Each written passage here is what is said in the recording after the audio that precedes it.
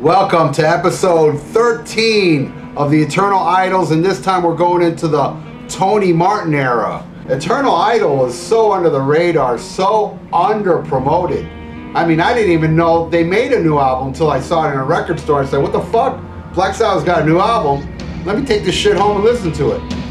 And it's a motherfucker of an album. So let's get into it. This is the 13th Black Sabbath album and episode 13 of my show, and the name of the album, The Eternal Idols.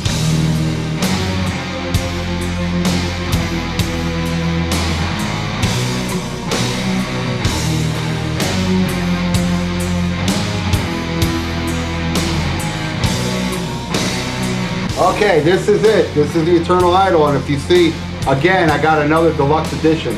And I know a lot of people out there are saying, man, you have the deluxe edition of Eternal Idol and you have the deluxe edition of 7 Star, but you don't have the deluxe edition of Born Again? What the fuck's wrong with you? Well, let me tell you something. Born Again came out after these deluxe editions.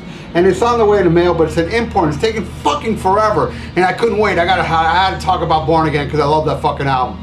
So that's a couple episodes ago. But I did get these, and what's cool about this deluxe edition, and which I haven't explained to you yet, when this album was first done, it's Ray Gillen that did the vocals on this. It's demos, and that is the bonus disc on here. It has all the Ray Gillen song versions of the song, but Tony Martin redid them, and Tony Martin did a great fucking job. I think Tony Martin pretty much copied Ray Gillen. I'm a bigger fan of Ray Gillen, I'll be honest with you. I love Ray Gillen singing. I think he was an awesome singer. I got to meet him once too. He was a great guy. I understand that he wasn't such a great guy but that's a whole other story, you know. That's a whole legal mumble. People that know the inside know what Ray Gillen did. I'm not going to get into it. I'm just going to talk about his talent. He was an incredible singer. And Tony Martin, they pretty much hired to sing exactly how Ray Gillen did the song. So I can't really say, even though I like Ray Gillen's voice more than Tony Martin, that his performance was better than Tony Martin's. I think Tony Martin did a hell of a fucking job. So the album cover, as you see, Tony Iommi wanted to use this statue. I forgot the name of the statue, but they didn't get permission or whatever happened, so they got live people and they painted them gold, as you see here. Those people are alive. It's actually a naked chick on the album cover with the guy next to her tit. And these are actually live people. It does really look like a statue, but they're live. And as I understand, after the shoot, they both had to go to the hospital because of poison from the paint that was on them. Interesting fact about the album cover. Let me get into the background of this album. This album, when it was first started, it was basically the same lineup as the 7 Star, with Ray Gillen on vocals, Eric Singer on drums, Dan the Beast Spitz, a personal friend of mine. Oh, not a personal friend, but he's a friend of mine. I have him on my phone. Anyway, I already talked about that in the last episode. And Jeff Nichols on the keys. But, you know, when it came time to write the album, Ray Gillen didn't really know how to write lyrics. So they got a hold of Bob Daisley. And Bob Daisley was very responsible for a lot of the early Ozzy albums, all the way up to No More Tears. And supposedly he wrote everything, but I don't know about that. I'll talk about that on the Ozzy things. I know I'm gonna get finally people that hate my view on Bob Daisley with Ozzy. So far so good, man. A lot of you people out there seem to love my stupid ass episode, and I thank you for it, man. It's my love for Black Sabbath, and I love doing this shit. I have a lot of time on my hands. But anyway, so Bob Daisley came in and he wrote all the songs, and along with Jeff Nichols. I understand Jeff Nichols had a lot to do with the music. And Bob, my friend there, Dave Spitz, was having a lot of personal problems, and he had to go back to the U.S. while they were recording this in England, and he got credit on the album for playing on the album, but it's actually Bob Daisley doing all the bass on the album. Tony did ask Bob Daisley to join the band, but he refused, and he wanted to stay with Gary Moore. May he rest in peace. I love Gary Moore. And so let's get into the album. And I know I'm forgetting a couple things, but fuck it, I'll get into that later. This is track 1 from Eternal Idols. This one's called The Shining.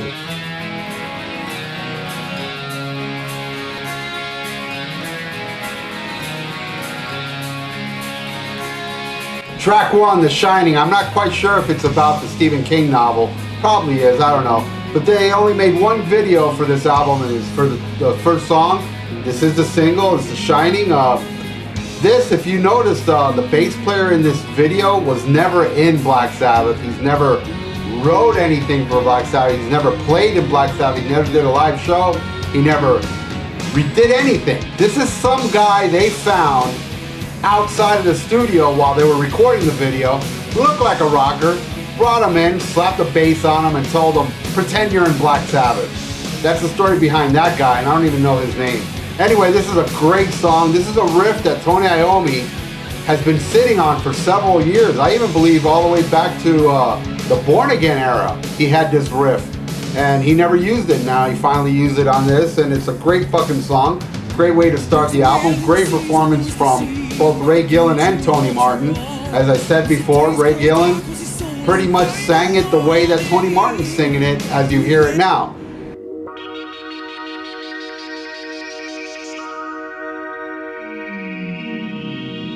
Track 2, Ancient Warrior. Kind of a spooky, vibey song. Bob Daisley said when he wrote this song, it's kind of an anti-war song, but he kind of disguised it with mythological type words and stuff, but it's a pretty wicked song. I love Tony Iommi's riff, and it's kind of Blackmore-ish in a way, kind of Mid-Eastern Stargazer-ish, though it doesn't really sound like Stargazer. I don't know what the fuck I'm saying. I'm just saying it's kind of different for Iommi, but it's a cool song.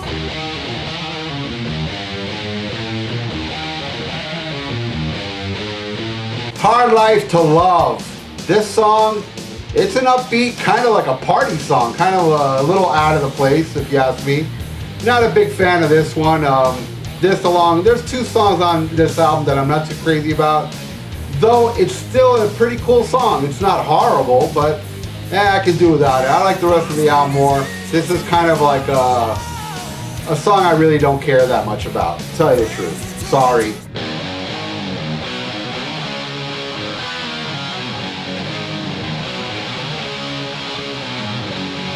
Glory Ride. I love this one. This one is like anthemic.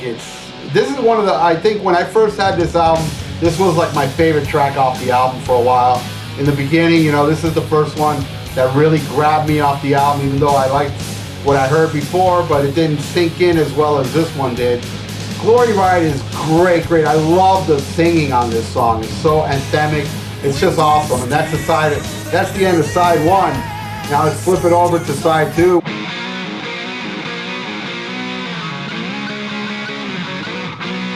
Born to Love, kind of like Hard Life to Love. I guess the 2 songs on here with love in the title is the ones I'm not too crazy about. I don't really have much to say about it. Again, it's kind of like an upbeat song, and I like the doomy vibe that was going on in the album, and I just feel like these 2 songs are kind of like out of place. Not too crazy about it. Sorry.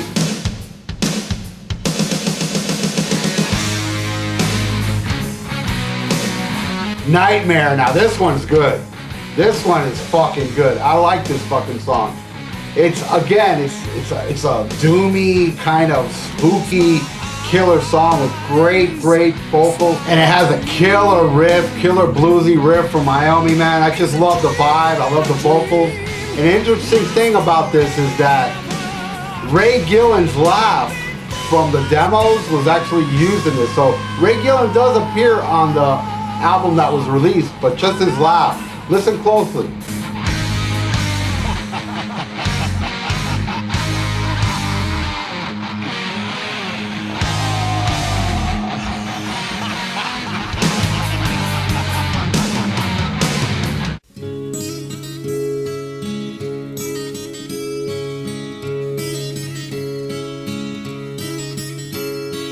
Scarlet Pimpernel, the return of the instrumental with Mr. Iommi playing the acoustic. I love this song. It's like, okay, finally he's back to do some Tony Iommi, a little instrumental. It's cool. This, I think, was written after Ray Gillen was in the band. I didn't really discuss why Ray Gillen left the band, or was he fired? I don't know, there's conflicting stories. I heard he was lazy and he was partying too much with groupies and he wouldn't show up.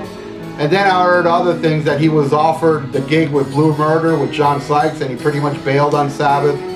I don't know which one's the truth, but Ray Gillen was out, and I wish I could play you some demos. Maybe if there's enough time, I'll play some demos at the end of this episode.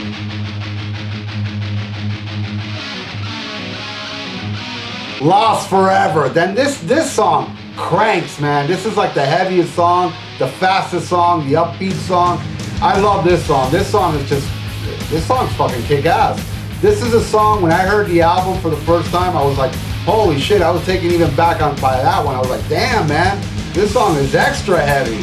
I love Lost Forever, and it's got some cool changes. And Doom Let Loose, the guy that wrote that, he was saying that the change, burning in fire, that part, he said that's what ruined the song. I think that enhanced the song. I love that part. I just love the whole album, the whole song. The song just kicks ass.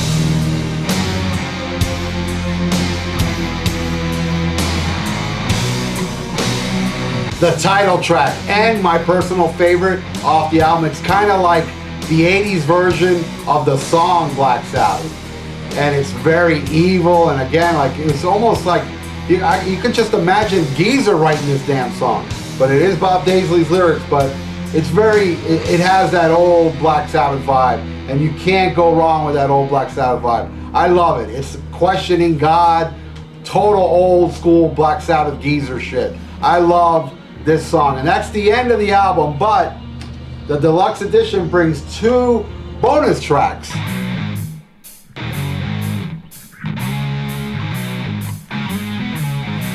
Oh, the devil. Black Moon. Black Moon was re-recorded for the Headless Cross album, which is the next album, and since I see time here is running low, I'll talk about this song on the next album, but it's a re-recorded version on the next album, and I don't know, I kind of prefer the next album's version, though this album smokes. This album's version smokes.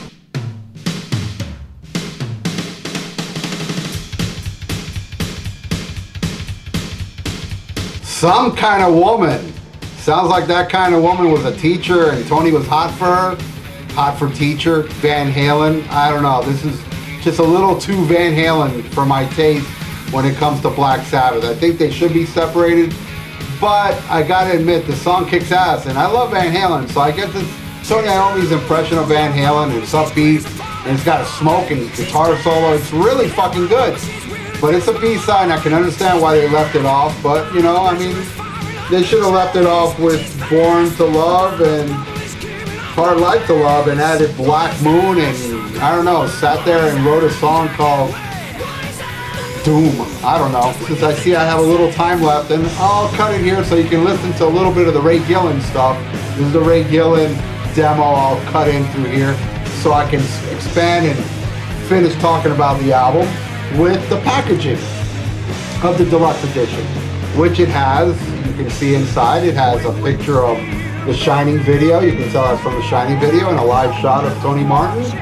And inside you have some more pictures from the video. And inside it has all the lyrics to all the songs.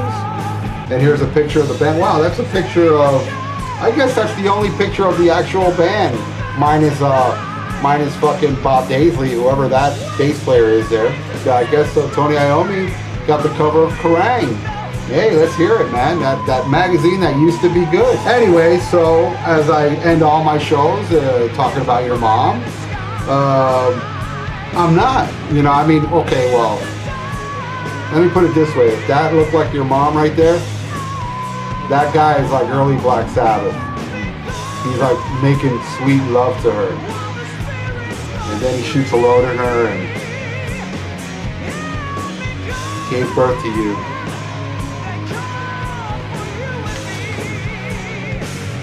Your mother's a whore.